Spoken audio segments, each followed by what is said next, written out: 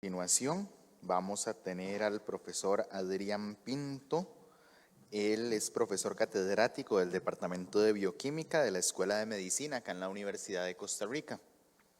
Es investigador principal en el grupo de investigación en simbiosis hospedero microorganismos, en el Centro de Investigación en Estructuras Microscópicas y el Centro de Investigación en Biología Celular y Molecular de la Universidad de Costa Rica.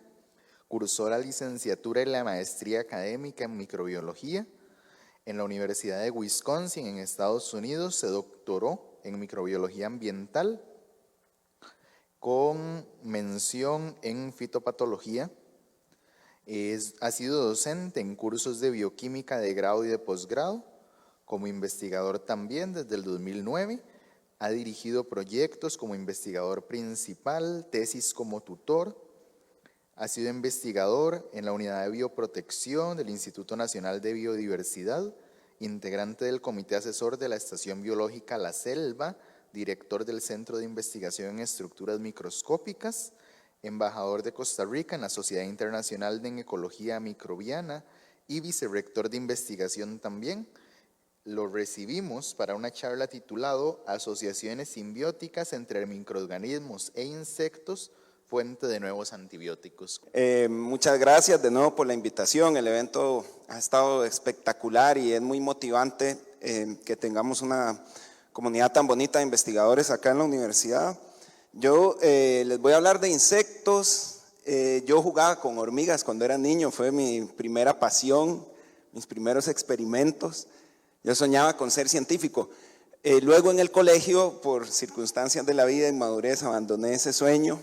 Pero gracias a mi familia y amigos, buenos consejeros, no estudié Derecho, que era lo que yo quería, entré a microbiología.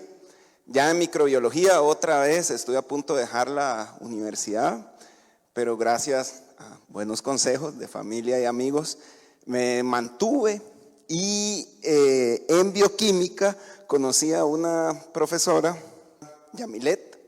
Entré al Clodomiro a trabajar con serpientes. Y ahí entre las serpientes me di cuenta que la investigación es más que una profesión, es un estilo de vida y que era lo que yo quería hacer, pero no eran las serpientes mi pasión. Entonces alguien, la doctora Laya Hun en microbiología, me habló de una investigadora llamada Anna Sittenfeld que trabajaba con insectos. Ya tenía mucha experiencia acá en el Centro de Biología Molecular. Y así empecé a trabajar con orugas y mariposas. Estando en la maestría, tuve la oportunidad de hacer una pasantía en la Universidad de Wisconsin y eso fue clave después para tener la beca de doctorado. De hecho, yo empecé el doctorado con orugas y después mi tutor se fue a otra universidad. Lo que parecía una calamidad, luego se convirtió en una bendición porque pude unirme al laboratorio de Cameron Curry. Ahí esa época es de la antigüedad, de mi primer trabajo de campo donde aprendí a colectar zompopas. Esta foto es la reina de las zompopas sobre el jardín fúngico. Resulta que estas hormigas lo que hacen es cultivar un hongo para vivir y por eso tienen una de las sociedades más complejas. Así se ve un zompopero por fuera. Y si estudiamos la estructura interna, este es un trabajo del profesor Luis Forchi en Brasil, le tiraron cemento como por una semana y escarbaron por 3 meses. Entonces vean que realmente es una ciudad-estado. Y lo que vemos es que es una serie de cuevas conectadas por túneles. En esos túneles las hormigas traen hojas para cultivar un microbio. Este hongo después del cual ellas se alimentan. Entonces por muchos años se les ha llamado hormigas agricultoras, pero para mí son hormigas microbiólogas, porque trabajan con microbios, crecen un microbio para comer y le dan todas las condiciones que este microbio necesita para crecer, incluyendo la temperatura. Estos zompoperos, no importa si estamos aquí en San Pedro o en Turrialba, siempre tienen una temperatura constante porque el desecho vegetal se ubica en unas cámaras que actúan como composto, generando aire caliente. Una compostera se calienta, ese aire caliente sale por túneles especializados de ventilación y por convección el aire caliente mete aire frío. Entonces, es un sistema de aire acondicionado usando desechos, o sea, no hay desechos. Hay realmente mucho que aprender de estas hormigas, pero el tema de hoy es antibióticos y ellas usan antibióticos. Resulta que hay un parásito que se llama Scoopsis que puede consumir la comida de las hormigas. Entonces, para protegerse de ese parásito, las hormigas tienen otro microbio aliado. En este caso, ese microbio está cubriendo a esta hormiga.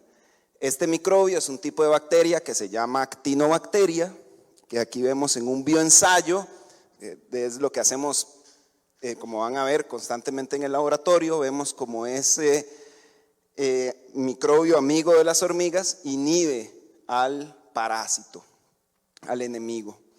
De hecho, la relación es tan íntima que el microbio bueno crece en glándulas especializadas sobre el cuerpo de la misma hormiga.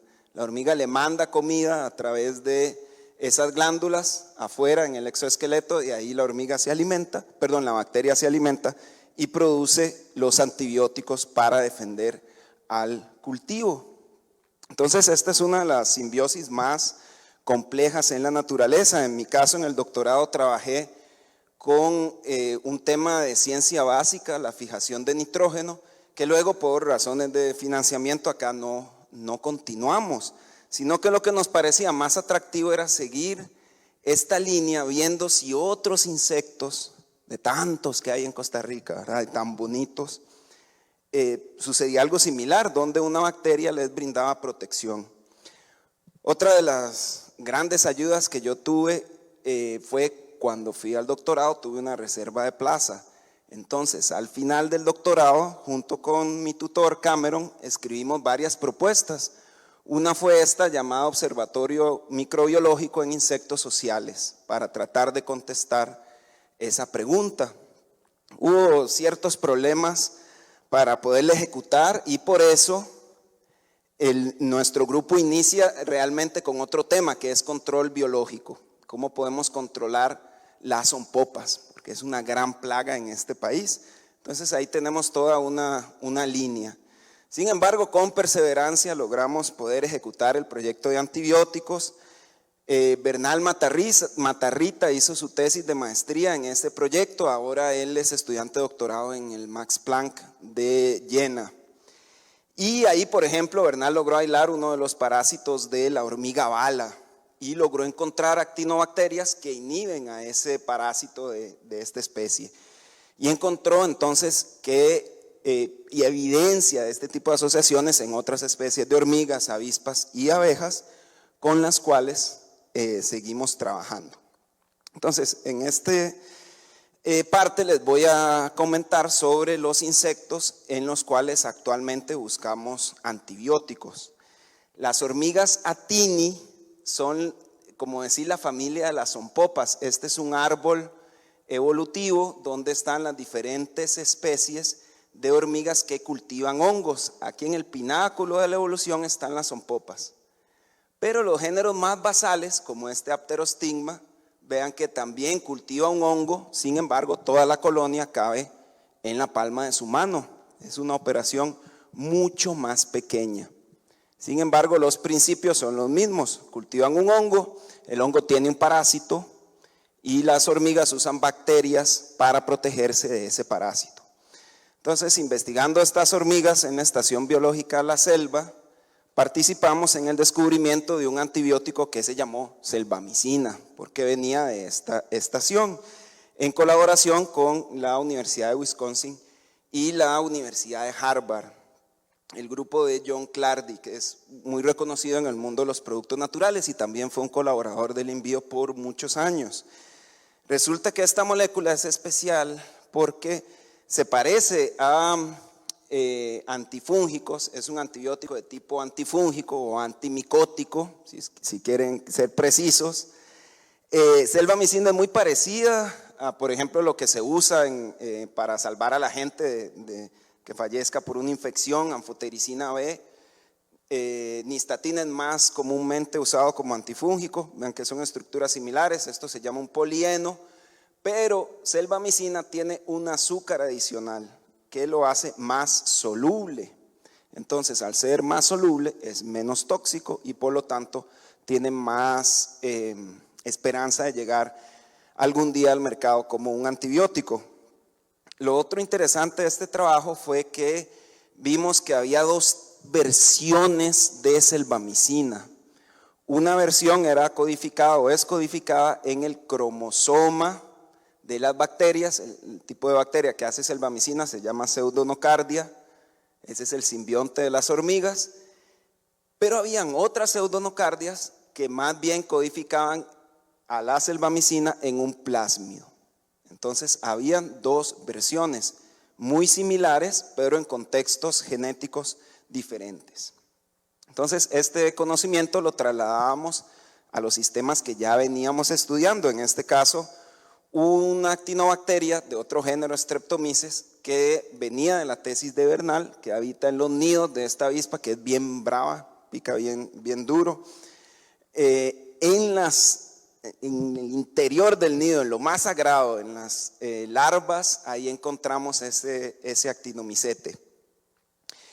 Y ese actinomicete tiene un gran potencial antimicrobiano. Entonces, en un proyecto colaborativo con el doctor Max Chavarría, la doctora Giselle Tamayo, secuenciamos el genoma, pero utilizamos una técnica de secuenciación que nos permitía fragmentos más largos con el objetivo de encontrar un plásmido, si había o no.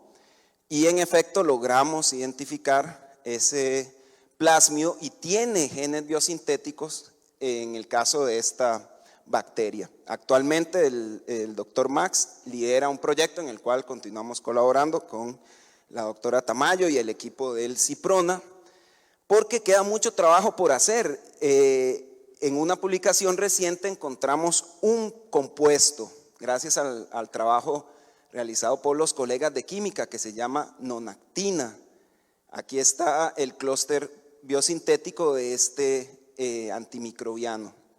Pero no es un antimicrobiano con gran potencial, era algo ya conocido. La bacteria tiene en su genoma un número importante, más de 30 posibles clústeres biosintéticos. Encontramos un producto, pero ahora el gran desafío, ¿verdad?, es cómo lograr la expresión o entender cuáles son reales, cuáles son pseudoclústeres. Es decir, el trabajo apenas empieza, pero ya no vamos a ciegas. Hoy en día contamos, el acceso a las técnicas genómicas nos permite indagar más precisamente el genoma de las bacterias y por eso tener un mejor chance de encontrar antibióticos.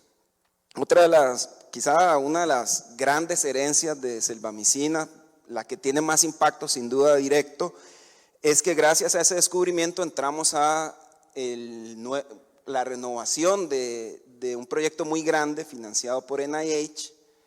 En el contexto de ese proyecto se descubrió selvamicina en el 2016. Eso nos llevó a toda una negociación de propiedad intelectual, fueron más de 18 meses, hasta que en el 2018 se firmaron los acuerdos y en el 2019 empezamos este proyecto. Acá tenemos 3 estudiantes de licenciatura y 3 estudiantes de maestría, aparte de apoyo técnico.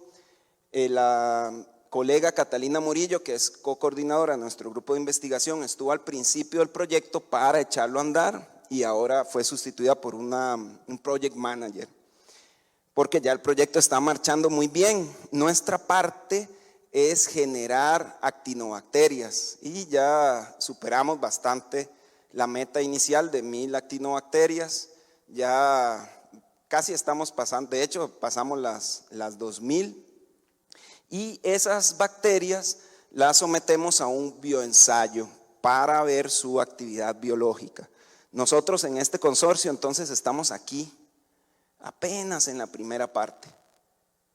Para poder llevar un producto natural al mercado se necesita efectivamente un consorcio de esta magnitud, donde la parte de nosotros es lo inicial, pero la parte química, elucidación, después producción, optimización de esta producción, las pruebas en animales para toxicidad y por supuesto los estudios del mecanismo de acción con paneles de mutantes, un montón de técnicas que requieren una inversión muy grande.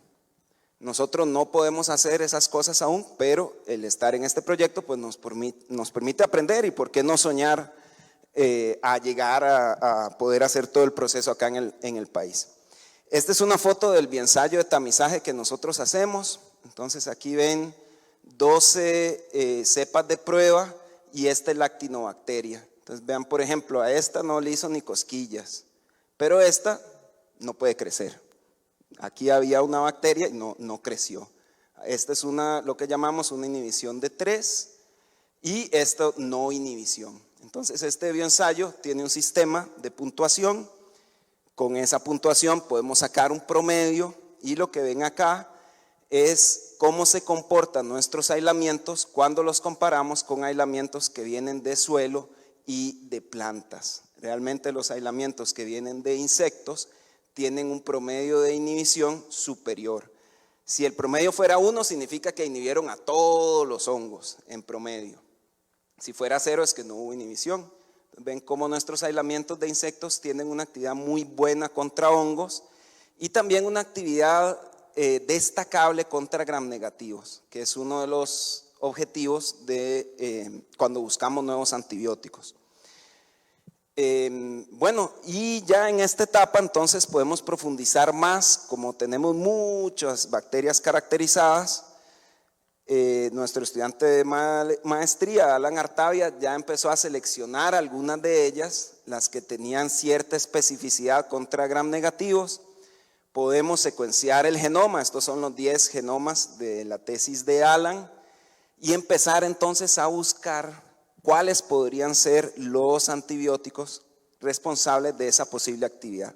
Y ya este año formalmente empezamos a colaborar con la doctora Tamayo y tenemos un estudiante de maestría en química, David Moreira, que está cooperando con Alan. Y nuestra meta es poder generar más fermentos aquí en Costa Rica con actividad para que puedan avanzar en las plataformas de prueba allá en Wisconsin. Finalmente quería contarles de selvamicina. Este es el trabajo de Gabriel Vargas, que es postdoc financiado por la Universidad de Wisconsin en este proyecto, pero trabaja acá en Costa Rica. Esa figura realmente ha sido muy exitosa, el contar con ese puente entre los dos laboratorios. Gabriel está investigando la genómica de pseudonocardia. Aquí lo que ven es un alineamiento de acuerdo al porcentaje de similitud en el ADN. De manera que cada cuadrito representa un genomas, aislamientos.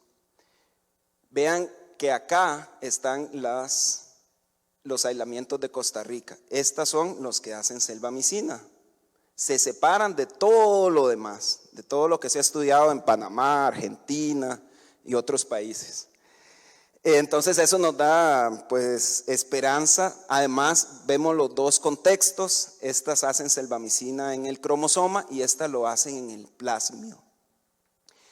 Y estamos persiguiendo esos plásmidos. Ese es el trabajo de Silver Ceballos, que como parte de su maestría trata de aislarlos para poder eventualmente comprender mejor su participación en la producción de antibióticos. Entonces, selvamicina sigue, digamos, atravesando el Valle de la Muerte, sigue vivo en el sentido de que algún día podría llegar al mercado, pero aún no está ahí.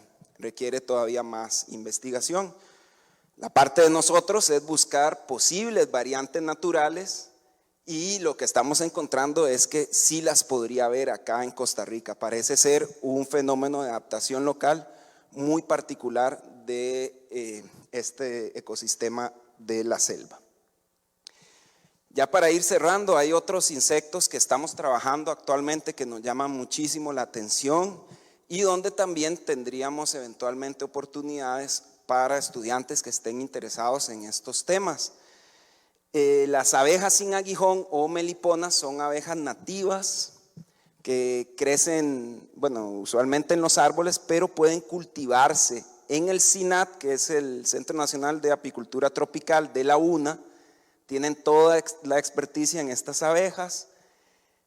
Ya tenemos varios años de colaborar con ellos, con el Ciprona y con el Cenibiot, tratando de buscar actinobacterias productoras de antibióticos en los diferentes componentes de la colonia.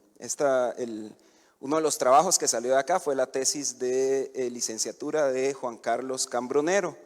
Y actualmente tenemos un proyecto en el CIEMIC, que es el otro centro donde está el grupo, el Centro de Microscopía Electrónica, donde, por ejemplo, podemos detectar las bacterias en el cuerpo de las abejas, que es lo que se ve aquí, pero también estudiar todos los componentes de la colonia. Estas abejas producen una miel que se viene usando ancestralmente para curaciones. Por eso, para los mayas, eran abejas sagradas. Para concluir, entonces, espero haberlos convencido que la ecología microbiana es un campo con muchísimo potencial acá en Costa Rica, con un gran futuro, pero para alcanzar ese potencial necesitamos trabajar en equipo, tanto a nivel local como a nivel internacional. Y finalmente espero haberles presentado suficiente evidencia para convencerlos de que sí, los insectos pueden ser una fuente de nuevos antibióticos. Por supuesto, agradecer a todo el equipo de investigación. Esta foto es de antes de la pandemia, de marzo de 2020, ya esperamos actualizarla pronto. Y a las fuentes de financiamiento, anteriormente MISID, CONICIT nos ha apoyado, CONARE con proyectos FES, la Vicerrectoría de Investigación. La parte de microbioma humano nos apoya el Espacio de Estudios Avanzados, UCREA, y el Instituto Interamericano de Investigación en Ciencias de la Vida. De esa historia del microbioma humano podemos hablar otro día. Por ahora, de nuevo, muchas gracias por su atención y si tienen alguna pregunta, será un placer.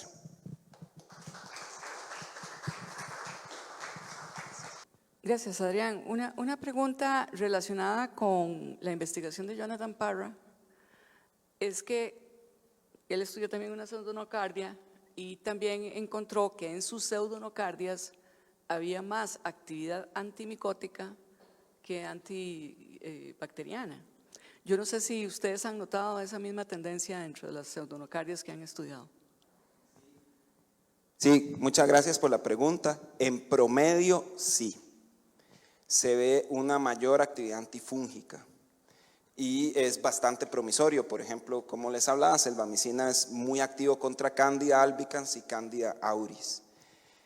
Sin embargo, sí tenemos pseudonocardias que inhiben gram negativos, pero son la minoría. O sea, sí hay una variedad fenotípica, sí se ve cierta variedad también dependiendo de la especie de hormiga de donde viene la pseudonocardia.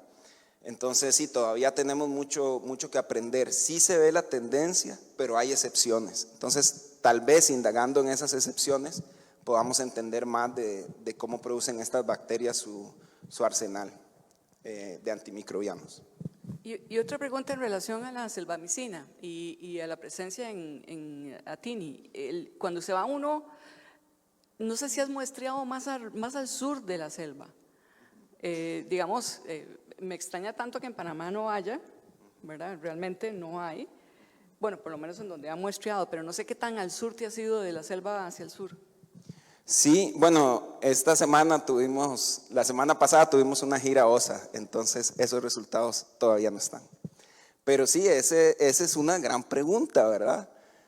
De lo que se tiene ahora, bueno, está este parche en la selva y no se encuentra más. ¿Cuál es el límite de esa población? Entonces, tiene usted razón, es muy importante tratar de determinar y bueno, pues en eso estamos. Adrián, hay más actividad supongo que está asociado a estudios de actividad biológica, entonces hay más actividad contra gram positivas, gram negativas, contra cándidas, contra hongos. ¿Cómo está la distribución? ¿Y qué tan cerca podrían estar de una nueva elucidación estructural, digamos, algo similar que los lleve a decir esta? O sea, tal vez no sea la misma novedosa, pero qué tan cerca están ya para decir ¿Es este grupo de moléculas que están acá, se parecieran o no cercanas a cervamicina o a otro grupo estructural ya químicamente que sean conocidos? Entonces, ¿qué tan cerca están ya de la parte química? Muchas gracias por las preguntas. Bueno, se las digo de memoria. La ventaja del bioensayo es que nos permite ver esos grandes patrones. Entonces, en ranking lo más común es antihongos, que hay 7, el panel es de 24, 7 hongos, como 8 gram positivos y el resto gram negativos. Gram positivo es lo segundo y gram negativo es lo menos común. Entonces, por eso una de las tesis, la de Alan, es buscar esos que inhiben gram negativos, pero no inhiben a los otros, porque entonces podrían ser más especializados y podrían tener mejor chance. ¿Qué tan cerca estamos de la química? Bueno, ese es el esfuerzo precisamente que estamos haciendo para generar nuestros propios fermentos y que las cosas lleguen un poco más cocinadas allá al norte, incluso poder enviar los estudiantes para presionar en esa parte. Ellos allá tienen los análisis de replicación, tienen diferentes screening, entonces eso es lo que esperamos, poder impulsar más nuestros aislamientos para tener esa información. Ahorita no estamos tan cerca, ¿verdad? Pero sí ya arrancamos. Esa parte emocionante. La primera fase fue construir la colección y tener como esos patrones. Perfecto, gracias. Le damos un fuerte aplauso. Muchísimas gracias al profesor Adrián, de verdad.